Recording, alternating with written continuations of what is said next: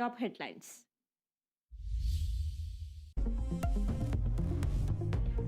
വെടിനിർത്തൽ ലംഘിച്ചാൽ കനത്ത തിരിച്ചടിയെന്ന് സൈന്യം. പാകിസ്ഥാനിൽ നിന്ന് പ്രകോപനമുണ്ടായാൽ പ്രത്യാക്രമണം നടത്തും.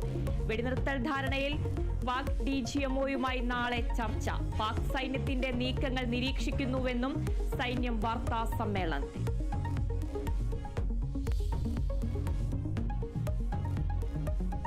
ഓപ്പറേഷൻ സിന്ധൂരിൽ കൊല്ലപ്പെട്ടത് 40ഓളം പാക് സൈനികർ. ഇസ്ലാമാബാദിലും റാവൽപിണ്ടിയിലും വ്യോമസേന ആക്രമണം നടത്തിയെന്ന് air marshal AK Bharti. India പ്രയോഗിച്ചത് പ്രഹരശേഷിയുള്ള ആയുധങ്ങൾ. ഏതെല്ലാം ആയുധങ്ങളെന്ന് വെളിപ്പെടുത്തിയില്ലെന്നും പ്രതികരണം. ആക്രമണ ദൃശ്യങ്ങൾ പുറത്തുവിട്ട സൈന്യം.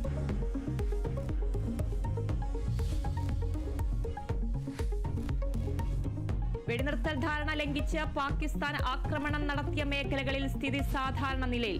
രാത്രിക്ക് ശേഷം അതിർത്തി മേഖലകളിൽ ഡ്രോൺ ആക്രമണമോ വെടിവെപ്പോ ഉണ്ടായില്ല. ജയ്സാൽമീറിൽ മുൻകരുതലിന്റെ ഭാഗമായി ഇന്നുകൂടി ബ്ലാക്ക് ഔട്ട്.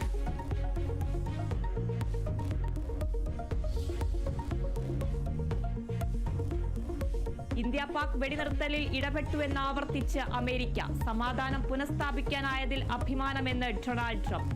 പ്രധാനമന്ത്രി സർവകക്ഷി യോഗം വിളിക്കണമെന്ന് കോൺഗ്രസ്. വെടിനിർത്തൽ ധാരണയെക്കുറിച്ച് ചർച്ച ചെയ്യണമെന്ന ആവശ്യം.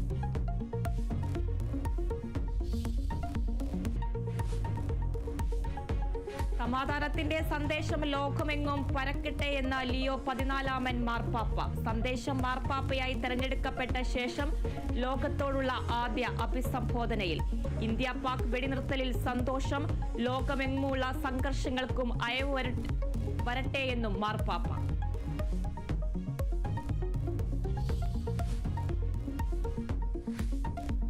തിരുവനന്തപുരം ശ്രീ പത്മനാഭസ്വാമി ക്ഷേത്രത്തിൽ നിന്നും കാണാതായ സ്വർണം തിരികെ കിട്ടി. സ്വർണം കണ്ടെത്തിയത് ക്ഷേത്ര പരിസരത്തെ മണൽപ്പരപ്പിൽ.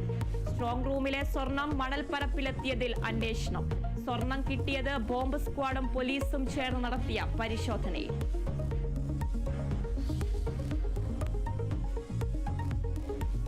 കൊച്ചിയിലെ വിദേശ ജോലി തട്ടിപ്പ് കേസിലെ പ്രതി കാർത്തിക വിദേശത്ത് പണം നിക്ഷേപിച്ചതായി സംശയം.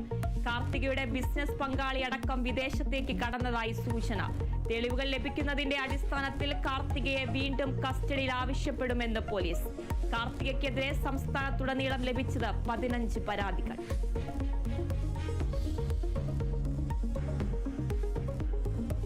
സിനിമകളുടെ നഷ്ടക്കണക്കുകൾ പുറത്തുവിട്ടതിൽ വിശദീകരണവുമായി നിർമ്മാതാക്കളുടെ സംഘടന. ഭൂരിഭാഗം ചിത്രങ്ങൾക്കും ലഭിക്കുന്നത് തിയേറ്റർ വരുമാനം മാത്രം. പല താരങ്ങളുടെയും പ്രതിഫലം ഗ്രോസ് കളക്ഷനായി ലഭിക്കുന്നില്ല. പ്രതിസന്ധികൾ വ്യക്തമാക്കാനാണ് കണക്കുകൾ പുറത്തുവിട്ടതെന്നും വിശദീകരണം.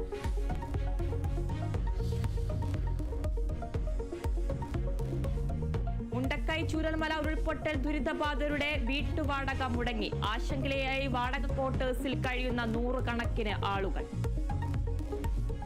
ദുരിതബാധിതർക്ക് പ്രതിമാസം കൊടുക്കേണ്ട വാടക ഇനിയും കയറിയിട്ടില്ല. പല ആളുകളും ആ വീടുകളിൽ നിന്ന് ഇറങ്ങി പോകേണ്ട അവസ്ഥയിലേക്കാണ് ഇപ്പോൾ ഉള്ളത്.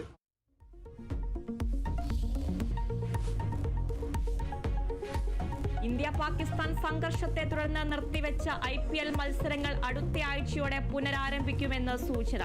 താരങ്ങൾ ചൊവ്വാഴ്ചയ്ക്കകം ടീമിനൊപ്പം ചേരണമെന്ന് ഫ്രാഞ്ചൈസികൾക്ക് നിർദ്ദേശം നൽകിയതായി റിപ്പോർട്ട്.